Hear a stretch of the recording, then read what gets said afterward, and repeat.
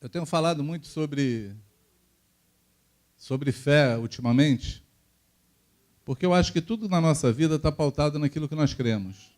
É impressionante isso, mas assim o Senhor deixou escrito, né? João fala que aquilo que vence o mundo é o quê? Amém? O que é que vence o mundo? A gente tem que ter fé. A gente tem que ter fé para viver. E Deus faz umas coisas assim muito interessantes, né? Eu vi o Samuel, encontrei com ele no banheiro, antes de entrar aqui, ele estava contando a história de que a Marcele teve um sangramento, e eles foram para o médico. E aí já vão com o coração aflito, né? Já passou por uma experiência ruim. E aí, quando chegou lá, parece que com 6 semanas é a época que começa a poder ouvir o coração da criança, né? E quando chegaram lá, estava tudo tranquilo, estava tudo normal, e eles ouviram o coração da criança. Porque fizeram o exame, né? E aí ele falou isso, os olhinhos encheu de lágrimas, porque ouviu o coração da criança. E eu fico pensando assim, é Deus trazendo conforto ao coração deles, tirando aquele peso, daquela expectativa, para falar assim, crê em mim, estou no controle. Não é assim? Ontem eu vi uma irmã que passou mal e estava muito agitada, assim, desesperada, porque a primeira coisa que a pessoa pensa é, eu estou sem plano de saúde. Foi a primeira coisa que ela falou. E aí, você não tem um plano de saúde, fica doente, já desespera. Para onde é que eu vou? A gente teve que orar e falar, tenha paz, filha. Que a paz venha sobre você. Tenha fé.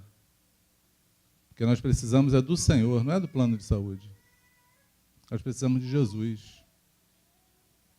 Ouviu a irmã falar que a professora disse que o filho dela tinha alguns comportamentos de ser autista.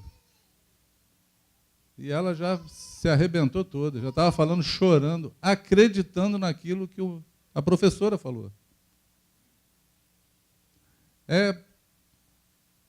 Eu fico assim, quando ouço as histórias, confrontados. Por quê, amados? Porque a primeira coisa que nós devemos pensar em qualquer situação é no que Deus fala. Porque a fé presume nisso. É o que Deus fala. O que Deus falou contigo? Ou o que Deus deixou escrito acerca de qualquer situação na tua vida? Porque o que Deus fala é o que move a nossa fé. Amém? O que vence as dificuldades é quando nós olhamos para as dificuldades e nós cremos e falamos assim, olha, Deus é maior do que isso. Eu sirvo um Deus que tem poder para fazer isso. Ou Deus pode me livrar disso. Ou Deus pode me curar disso. Porque Deus, Ele pode fazer. Mas quando eu fui para casa essa noite pensando nisso, porque Jesus falou assim, será, por acaso, que quando eu voltar nessa terra, eu vou encontrar fé nela? E eu acho que estava falando disso, porque eu estou falando de pessoas cristãs, que creem em Jesus, mas que pensa primeiro no mal antes de pensar no bem. A primeira coisa que é o pessimismo, né? A primeira coisa que vem na cabeça é o que está ruim. É o mal que pode acontecer. É o desfavor que pode vir. Quando, na verdade, a primeira coisa que a gente tem que pensar é Deus é maior do que meus problemas. Amém? Ele é maior do que tudo. Eu só preciso dele. Só preciso estar com ele. Amém? Esse negócio de plano de saúde, então, meu pai, por exemplo, eu vi meu pai falecer dentro do hospital sendo consultado pelo médico, num dos melhores hospitais do Rio de Janeiro. E aí Deus me fez uma pergunta, o que mantém um homem vivo? Eu não sabia responder, ele me lembrou de um texto, assim como o corpo sem espírito está morto, a fé sem obra é morta. Aí o que mantém um homem vivo? O espírito. É o espírito do homem. É o espírito de vida que Deus soprou no homem.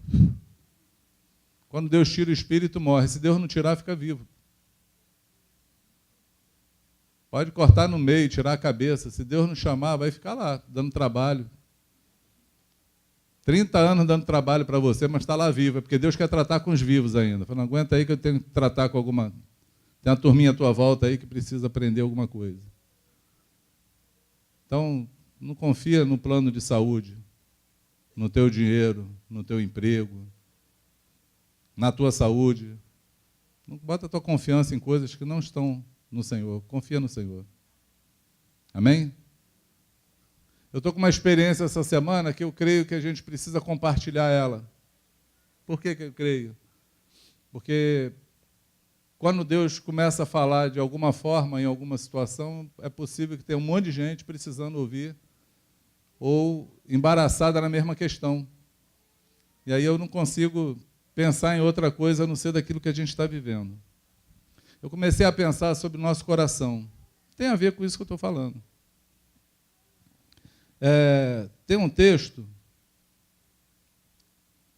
eu queria que você lesse comigo, se você conseguir.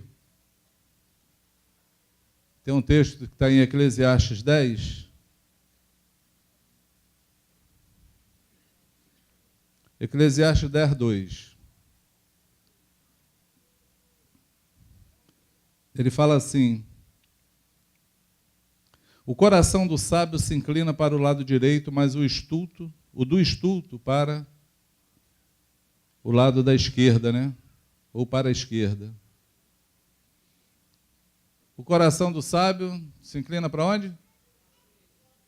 Para o lado direito. E, de acordo com a tradução da Bíblia que você tem, tá? O estulto, o insensato, o tolo, né? Tem vários adjetivos aí. Inclina para a esquerda, né? O que Salomão está falando? O que Salomão viu nesse 2? Eclesiastes 10, 2. O que Salomão viu quando ele fez essa declaração? Talvez a mesma coisa que Jeremias tenha visto. Jeremias, capítulo 17. Jeremias 17, 9 e 10, ele diz assim: enganoso é o coração, mais do que todas as coisas, e desesperadamente corrupto. Quem o conhecerá? Eu, o Senhor, esquadrinho o coração e provo os pensamentos. E isso para dar a cada um segundo o seu proceder, segundo o fruto das suas ações. Bom, o coração do lábio se inclina para o lado, do sábio se inclina para o lado direito. Jeremias diz que o coração do homem, ele é o quê? Então fala assim: meu coração é enganoso. Ele não é só enganoso. Ele é corrupto. Ele se corrompe. Ele é extremamente corrupto.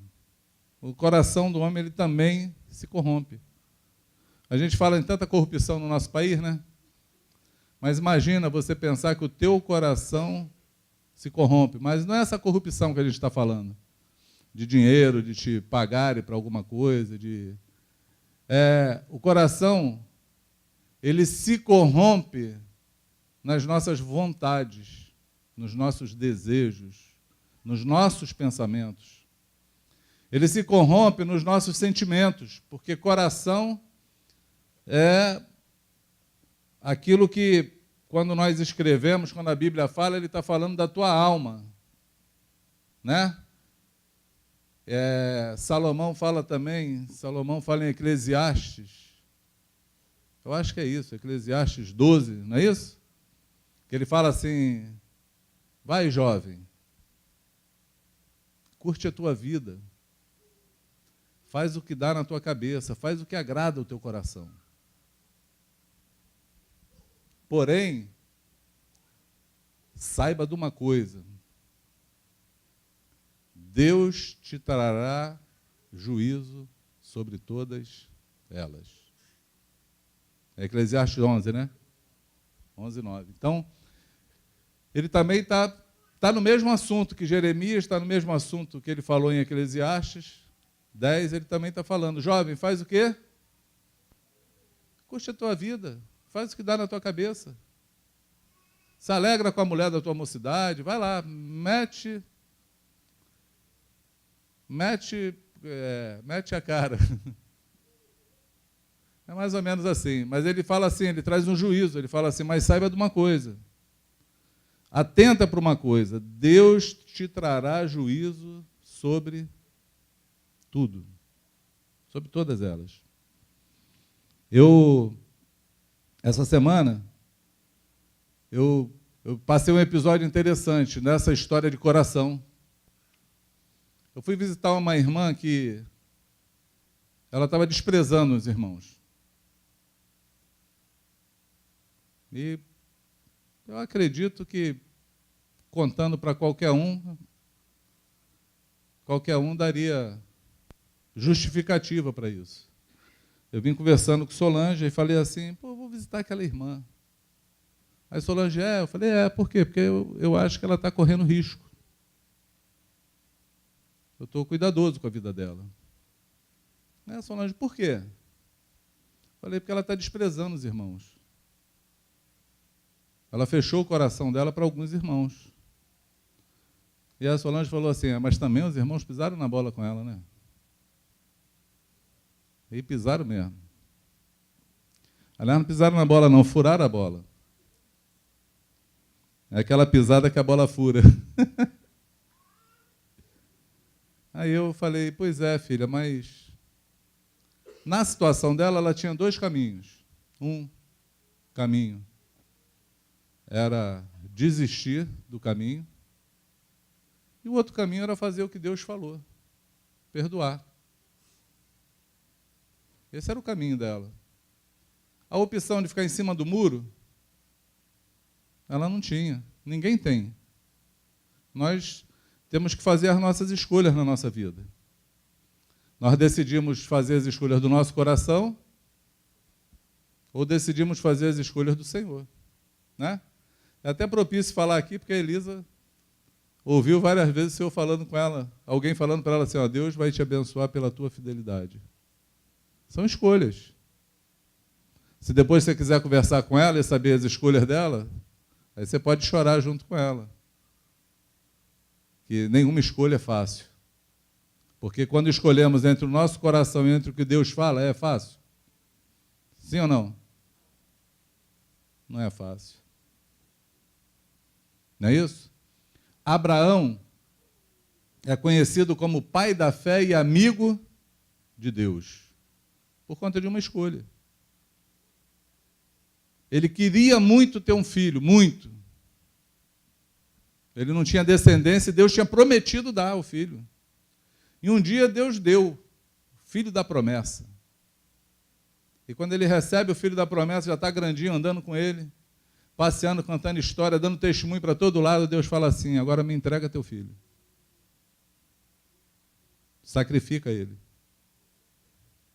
Literalmente, mata teu filho no altar, em sacrifício, derrama o sangue dele.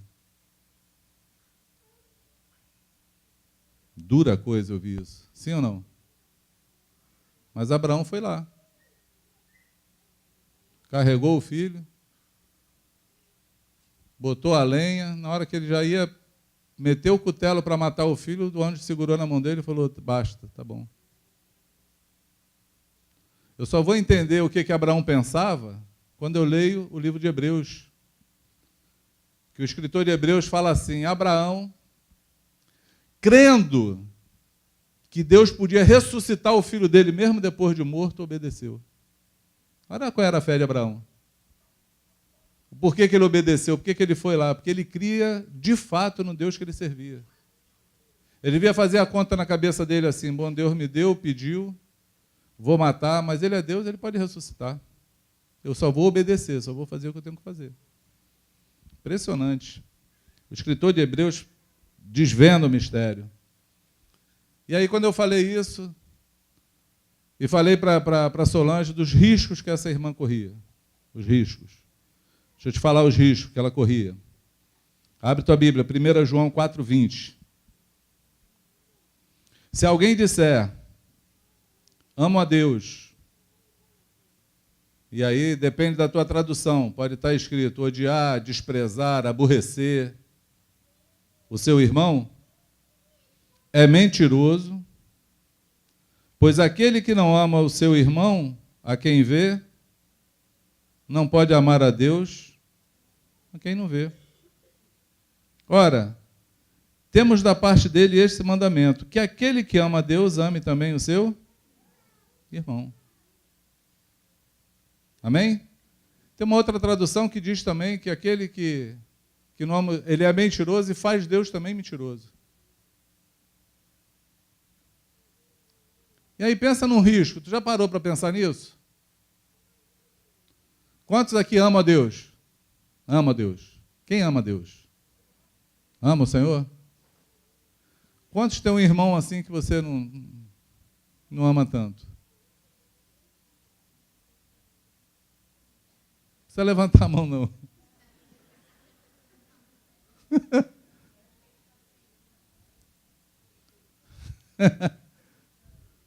Olha que risco.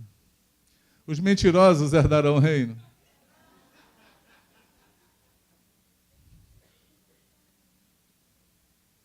Você está sendo mentiroso, filho. Porque se você ama a Deus,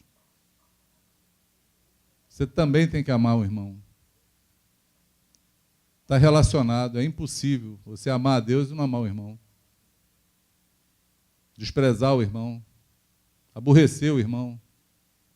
Porque o desprezo é isso. Se importar, amar menos, na verdade. A melhor tradução para aborrecer é amar menos.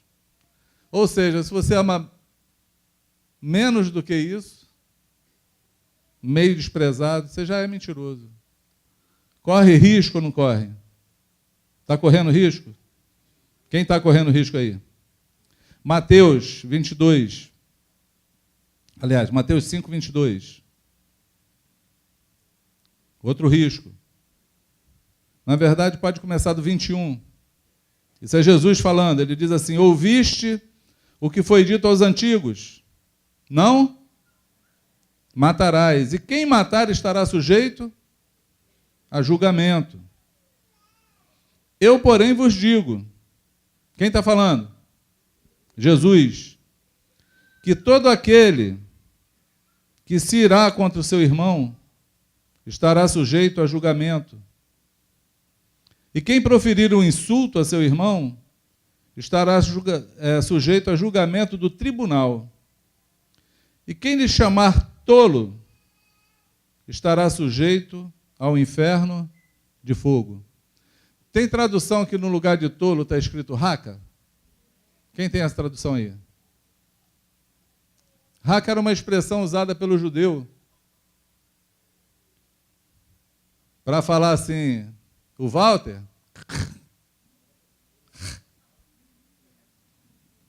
não passa na minha garganta. Quem já usou essa expressão? Conhece ela? Cara, fulano não desce. Hoje já estão fazendo a camiseta, né? Ranço.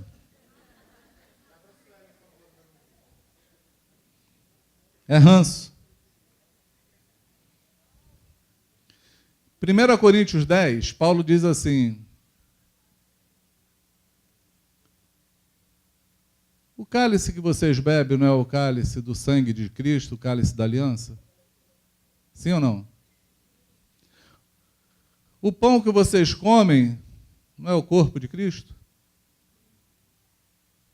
Porque, embora somos muitos, somos um só corpo, um só pão. Não dá para comer o pão da ceia e tirar o irmão do pão. Como é que tu faz isso? Como é que tu não vai engolir ele? Se ele faz parte do pão.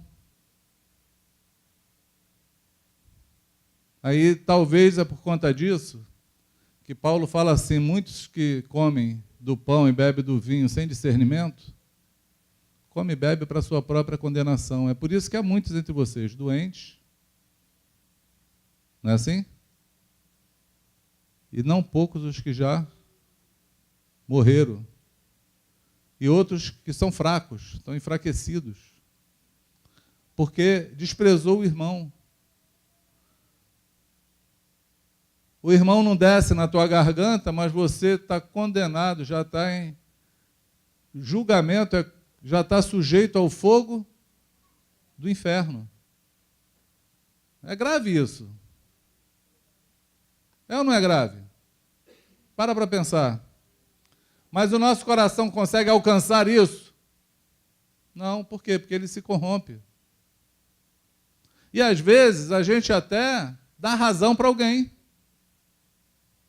Pô, cara, fulano não desce na minha garganta, aquele cara é chato, dissimulado. Aí o outro fala, cara, tu tem razão. Comigo também.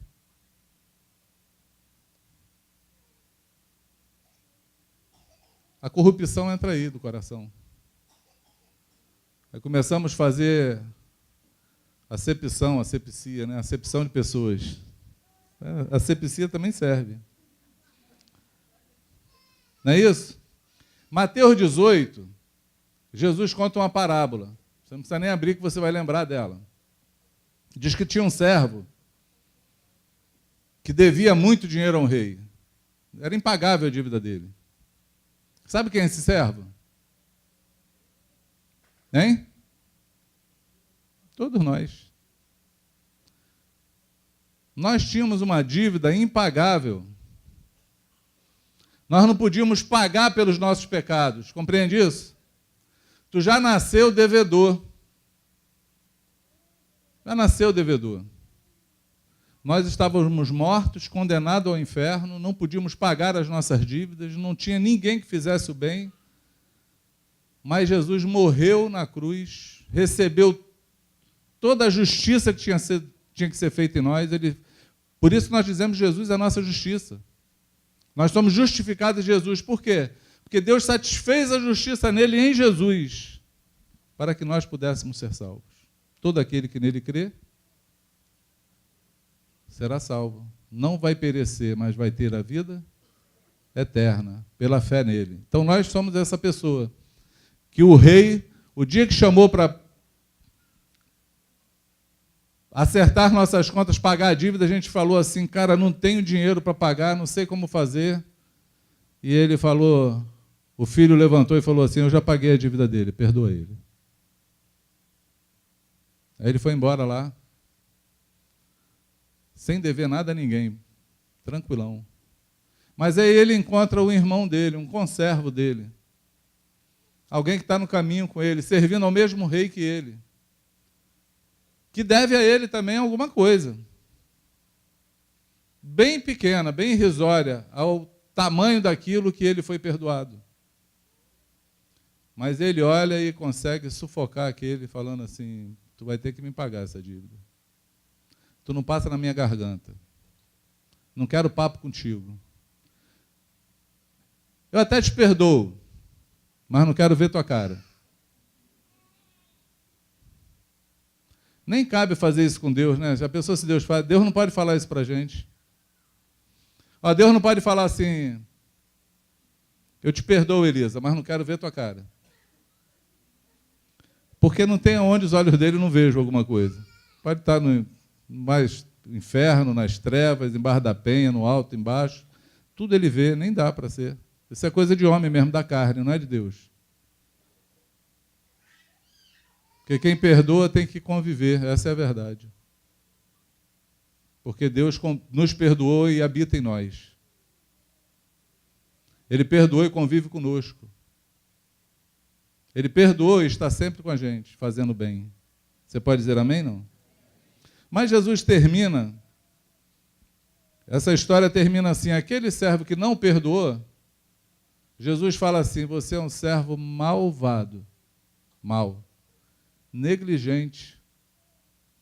Eu pude perdoar a tua dívida, tu não podia fazer a mesma coisa com o teu irmão?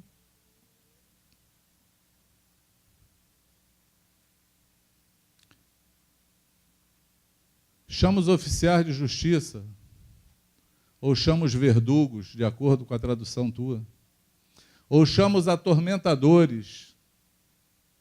Depende da forma que foi traduzido, mas é tudo isso. É o verdugo, o atormentador, é aquele que vai executar a pena. E coloca ele preso na cadeia, porque ele vai ficar lá até pagar o último centavo. Eu já preguei em hospitais psiquiátricos. E já encontrei, em alguns deles que eu entrei, encontrei uma igreja lá dentro. 90% desviado, crente. Tudo doido. Todo mundo no tarja preta. E aí nós sentamos para conversar. Eu só fiquei curioso para conversar, porque na hora do louvor, estava com a Marildo, umas meninas que dançavam, a gente fazia o maior evento lá dentro do hospital. E aí na hora do louvor, está todo mundo louvando, cantando. E eu falei, gente, como é que eles conhecem? Aí tiveram contato. E aí acabou a exibição lá, a palavra, a oração. E aí nós sentamos, então, em aquele momento de conversar, de bater papo, e conversamos com vários desviados do Evangelho. Por quê?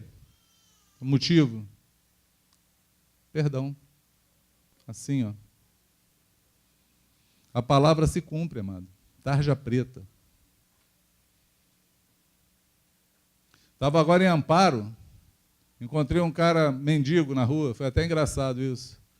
8 horas da noite a gente procurando onde comer na cidade, não tem, porque segunda-feira não abre nada. Tudo fechado, 8 horas da noite. E eu conversando com o Luciano e Filipinho, falei, gente, se eu morasse aqui eu ia morrer.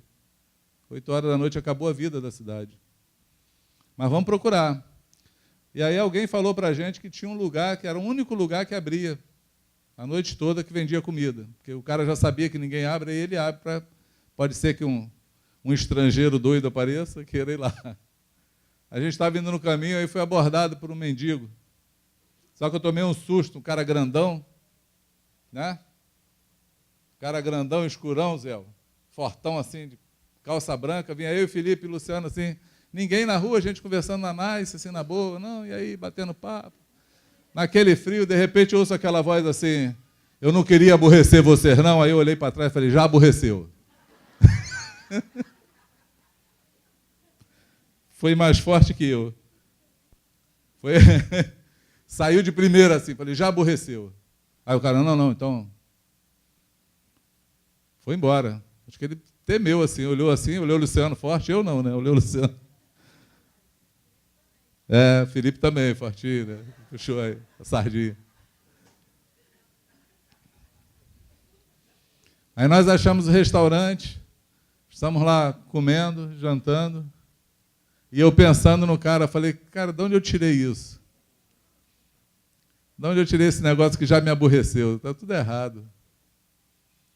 Aí falei para o cara, faz uma refeição dessa igual a nossa aí e coloca para viagem. O cara colocou, eu saí de lá determinado. Não falei nada com eles. Falei, vou achar o cara agora, que ele devia estar atrás de pedir alguma coisa, para comer, alguma coisa assim. Vamos lá, vamos achar. Aí, então vamos fazer o caminho que nós viemos. Aí fui. Aí vim procurando, aí achei um outro cara que estava lá parado onde ele tinha passado, mas não achei o cara que estava de calça branca. Aí eu falei, vou perguntar para ele, tu viu aí um cara de calça branca e tal, não sei o quê? Aí ele, meu amigo, ele já foi dormir. Aí eu, já. Está onde? Ele, não, tá aqui atrás, não sei aonde. Eu falei, pois é, cara. Ele abordou a gente ali, eu dei uma resposta meio mal criada, mas eu acho que ele estava querendo alguma comida e tal. Eu comprei uma comida ali e vim trazer para vocês. Aí o olho do cara lacrimejou. Aí eu, como é teu nome? Aí ele, o Biratã. Aí eu falei, sabia que Jesus chama? E ele baixou a cabeça assim, eu sou desviado. O que aconteceu contigo que se desviou? Briguei com a mulher e aí não deu certo, eu não perdoou, né? Ele daí estou na rua. Aí eu, mais uma vítima do perdão, mendigando na rua. Aí falamos do amor de Jesus para eles, oramos por ele. Falei, o Biratã, eu vou orar por você, até ver você fora da rua. E vim embora pensativo com isso. Nas nossas reações do coração, coração é o quê? Altamente corrupto. Imagina, alguém chega para te pedir uma esmola, um negócio de noite, já parecia que eu queria brigar com o cara. Nem aguentava com ele, que ele é fortão. Eu me assustei assim, já aborreceu.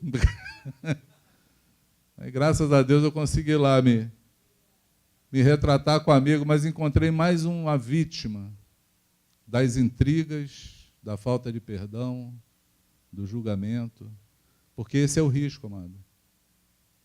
O nosso coração, ele nos trai daquilo que Deus fala.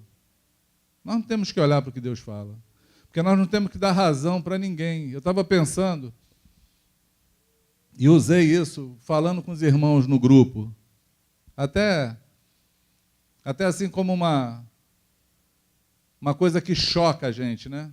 Há pouco tempo atrás, teve um rapaz que foi preso aqui da Taquara, estuprou uma menina de 4 anos de idade. Saiu nos jornais aí. Horrendo, horrível. Só em falar, o coração já treme. Ainda mais para mim hoje, que sou avô, né? Um monte de menina, então a gente já... Meu Deus, que coisa louca isso. Se o pai dessa criança encontra esse cara e mata ele, é possível que a gente concorde com ele. Fala, pô, mas também o cara merecia morrer mesmo. Eu sei disso, porque eu também quis matar. Na hora que eu soube da história, já pensei nisso. Um cara desse tem que morrer. Se encontrasse ele, eu matava ele. Essa é a verdade. É a corrupção do coração, amado. Mas Jesus fala que nós temos que perdoar os que nos ofendem. Tem que orar pelos nossos inimigos.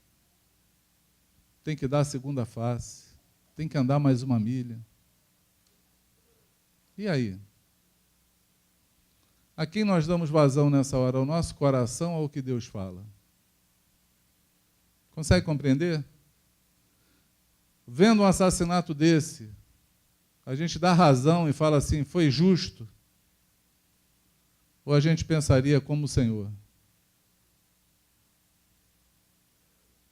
Porque quantos hoje no meio da igreja, assassinos existem que se converteram? Estupradores, adúlteros, homossexuais, homens que criaram coisas horrendas. Eu li um livro de Max Lucado, tá difícil. Eu li um livro de Max Lucado chamado Nas Garras da Graça. E ele fala sobre o irmão Geoffrey, eu acho que é assim que se pronuncia o nome, Geoffrey Dahmer. E ele fala da história que esse cara ele matou pessoas e botou no congelador, no freezer da casa dele nos Estados Unidos e comia os cadáveres. E esse cara foi preso. Ele falou que o que mais impressionou na história do cara toda não foi a prisão do cara, ele foi condenado à pena de morte. Não foi a pena de morte que ele foi condenado, mas foi a conversão dele. Esse cara se converteu dentro da cadeia. E ele disse que ele pensou assim, graça para um canibal? Queria julgar, sentenciar. Acontece, amados, que nenhum de nós está vestido com a toga do juiz e nenhum de nós tem um martelo na mão para dar sentença na vida de ninguém. Quem sentencia é Deus. Amém? A graça, ela existe para todos. Para todos. Nós não podemos deixar a corrupção do nosso coração nos trair nos nossos julgamentos, nas nossas decisões, na nossa maneira de pensar. Nós temos sempre que olhar e fazer aquilo que Deus faria. O que o Senhor pensa sobre isso? Só dessa maneira a gente consegue sair. Quando a gente vê alguém sofrendo com muita dor, eu falei isso com Solange, esse foi o assunto da nossa conversa. Falei para ela assim, filha, olha como nosso coração é corrupto. Você está falando de uma coisa que você concordou, mas que você viveu. Eu fui perdoado por você. Eu sou fruto do teu perdão, pô. Eu era aquele cara desgraçado, adúltero, que você perdoou e me atraiu a Deus por conta disso. Como é que você concorda com alguém que não perdoa? Aí ela é mesmo, né? Vamos visitar a irmã, mas eu já vou chegar lá pedindo perdão. Eu falei, essa visita é boa. Essa visita é legal. Ela falou, não, a gente vai, mas já vou chegar pedindo perdão, né? Pô, que droga, né? Como é que a gente não vê essas coisas, né? Mas a gente se envolve com o coração. Aí eu lembrei, falei, filho, coração é altamente corrupto, extremamente corrupto, enganoso, ele engana a gente. O sentimento não pode ser aquilo que move a gente, o que nos move tem que ser a palavra do Senhor. Entende isso? Nós temos que ser movidos pela palavra do Senhor, não pelos nossos sentimentos. Nós não podemos dar vazão ao nosso sentimento. Tiago escreve assim, não vos queixais uns dos outros. É um mandamento. Tiago está falando. Não vos queixeis uns dos outros. Por quê? Ele tem um motivo, quem lembra? Porque o juiz está às portas. O juiz está às portas. Quando a gente se queixa de alguém, é porque a gente está já se considerando melhor que o outro. Porque nós não somos agentes de restauração na vida da pessoa. A gente já está criticando ela, fazendo queixa dela. Aí Tiago fala assim, mas você também não é perfeito. O juiz está à porta. Ele vai julgar quem você está criticando, se queixando, mas ele vai julgar você também. Ele vai pegar essa corrupção do teu coração também e vai julgar. E aí? Como é que vai ser? Para onde vai? Compreende o que eu falo? Sim ou não? Amém? Cuidado com o teu coração. Cuidado com o teu julgamento. Tome cuidado com as pessoas que você discrimina, faz acepção. Você considera, não desce na garganta. Toma cuidado. Porque sempre tem um juízo para isso. Sempre tem. Tem palavra para isso. Você pode estar em cadeia, você pode estar sendo condenada ao inferno, como você pode estar sendo mentiroso, achando que ama a Deus e não ama coisa nenhuma. Precisa conhecer o Senhor de fato. Amém? Extremamente cuidado. Cuida do teu coração. E seja um agente de bênção na vida das pessoas, de ajuda, de se colocar à disposição, de ver alguém errado, vai lá e ajuda, tira do erro, confronta no erro. Fala, irmão, se arrepende. Eu cheguei na casa dessa irmã assim, não vim aqui julgar você, não vim te repreender, puxar a tua orelha, não é isso que eu quero. Eu vim aqui porque eu estou cuidadoso com a tua vida. Estou com cuidado contigo. Estou achando que você está em risco. Prontamente ela ouviu e falou assim, é verdade.